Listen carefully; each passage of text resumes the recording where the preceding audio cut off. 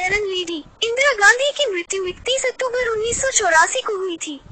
उनके दो अंगरक्षकों ने उनकी गोली मारकर हत्या कर दी थी।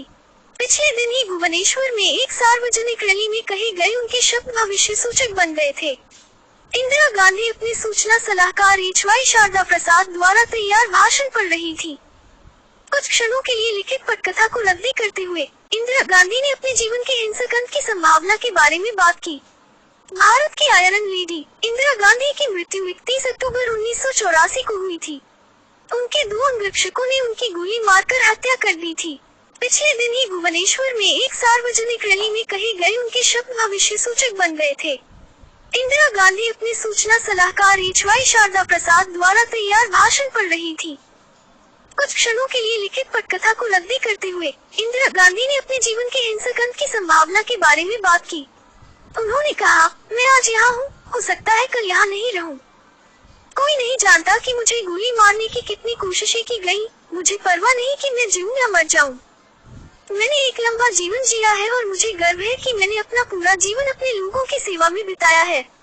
30 अक्टूबर की रात तक इंदिरा गांधी नई दिल्ली वापस आ गयी। वो उसके लिए एक व्यस्त दिन था, लेकिन किसी कारण से वह उस रात ठीक से सो नहीं सकी। सोनिया गांधी ने अपनी पुस्तक राजीव में लिखा है कि इंदिरा गांधी अगली सुबह 4 बजे तक जाग रही थी जब वह अस्थमा की दवा की तलाश में उठी। इंदिरा गांधी ने अपनी बहू से कहा कि अगर उन्हें किसी मदद की जरूरत हो तो वो उन्हें फोन करे। गांधी ने कहा कि वह जाग रही है। बाद में इंदिरा गांधी को ब्रिटेन के पूर्व प्रधानमंत्री जेम्स कैलिगन से मिलना था। उनकी जगह मार्गरेट थैचर ने ली, जो 1984 में इंदिरा गांधी की हत्या के समय ब्रिटेन की प्रधानमंत्री थी।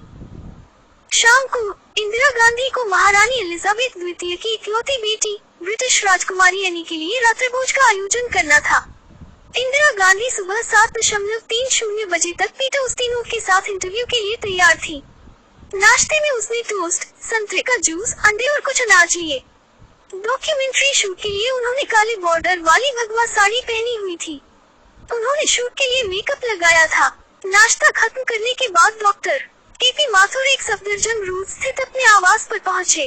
डॉक्टर माथुर रोज सुबह इंदिरा गांधी के स्वास्थ्य की जांच करते थे। पीटर उस्तिनोव प्रधानमंत्री कार्यालय में, जो उस समय एक अकबर रोड पर स्थित था, इंदिरा गांधी के आवास के निकट स्थित था, उनका इंतजार कर रहे थे। सुबह 9:10 बजे इंदिरा गांधी अपने आवास से पीएमओ के लिए निकली। वो एक अकबर रोड की ओर पैदल जा रही थी। इंदिरा गांधी के साथ कांस्टेबल नारायण सिंह, निजी सुरक्षा अधिकारी रामेश्वर दयाल और निजी सचिव आर.के. धवन, अनुभवी कांग्रेस नेता, जिनकी इस साल अगस्त में मृत्यु हो गई थी, वे थे। जब इंदिरा गांधी एक अकबर रोड के गेट पर पहुंची, तो वह आर.के. धवन के साथ बातचीत कर रही थी। नारायण सिंह उन्हें सर्दियों की शुरुआती धूप से बचाने के लिए एक काला छाता लेकर जा रहे थे। अचानक उनके एक अंगरक्षक बेअंत सिंह ने अपनी रिवॉल्वर से उन पर गोली चला दी। गोली उसके पेट में लगी। बेअंत सिंह ने उसके सीने में 2 और गोलियां दाग दी।